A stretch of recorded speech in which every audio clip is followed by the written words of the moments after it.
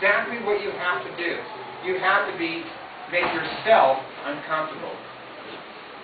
In his time, what he's trying to tell the 12 disciples is what? Back then, was it cool to believe in Jesus Christ? Yeah. It was. But some people believe it. After Jesus Christ was crucified, were the Christians and the followers of Christ out front, speaking and having their churches every Sunday? No. They were in caves. They did it very secretly. If they were found out that they were Christians, they were persecuted. So God says, don't be afraid. Go and spread my word, for you shall be rewarded.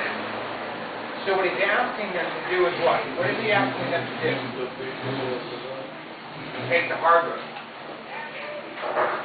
They're asking them not to go with the group, not to do anything that is easy. But if you believe in me, and you're willing to take your soul and take what we call a leap of faith, and spread the word, you shall be rewarded. It's all right here. And you take that idea, you understand what he's trying to say, and, okay, your mother. Sometimes he's asking you to go against his mother. Sometimes he's asking you to go against his father. Why is he saying that? Because sometimes they go down the track. Exactly. Sometimes your mother, your brother, your sister, your cousin, your best friend, they're not walking down the right path. You know, what he does is,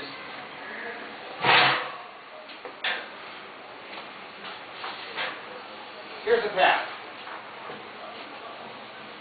We all have a path. We're all walking. We breathe. Every time we take a breathe in, we are walking down a path. Unfortunately, God doesn't guide the path that you go on. He shall judge you on the path that you decide. You can go this way. You can go that way. And you can go this way.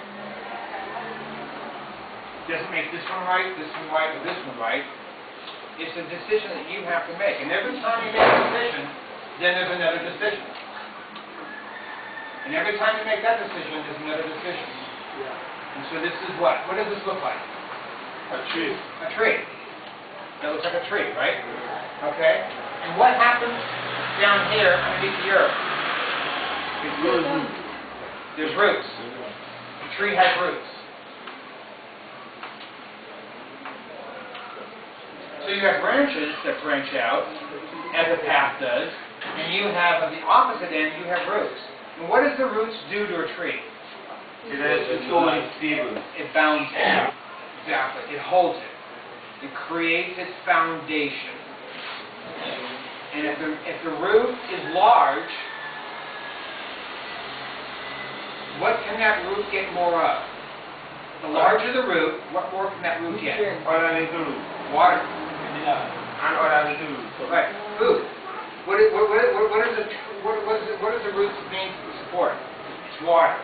It's creating the energy to feed to the trunk, to feed to the branches. Now, in God's time, we talked about us being the sheep. He was gathering his sheep. Same thing as the tree. When you first start out, what do the roots look like? Aren't they just really tiny little roots? Yes. Isn't the trunk very small? Yes. Okay.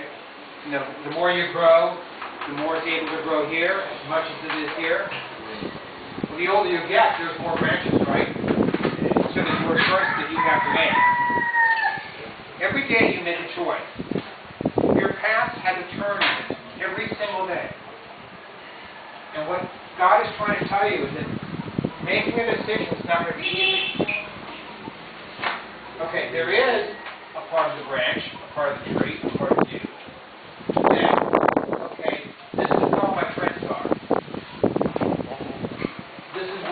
tell my friends, no, that's not right, picking on this person. So you decide to go this way. I'm going to stay cool. I'm going to pick on him. It's no big deal. It's only 3 seconds, 5 seconds. The kid's going to pass. It's going to be forgotten. You made a choice in that 3 seconds to go down this path, which makes it easier to what? To stay on this side, to keep on going on this side. How do you get back to this side? How do you get, if this is the bad side, and this is the good side, I mean, is it possible for a squirrel to jump? So a squirrel can jump from branch to branch, right? Well, instead of being a sheep, let's say that you're a squirrel. At any time, you can jump. At any time in your life, you can jump. Now let me give you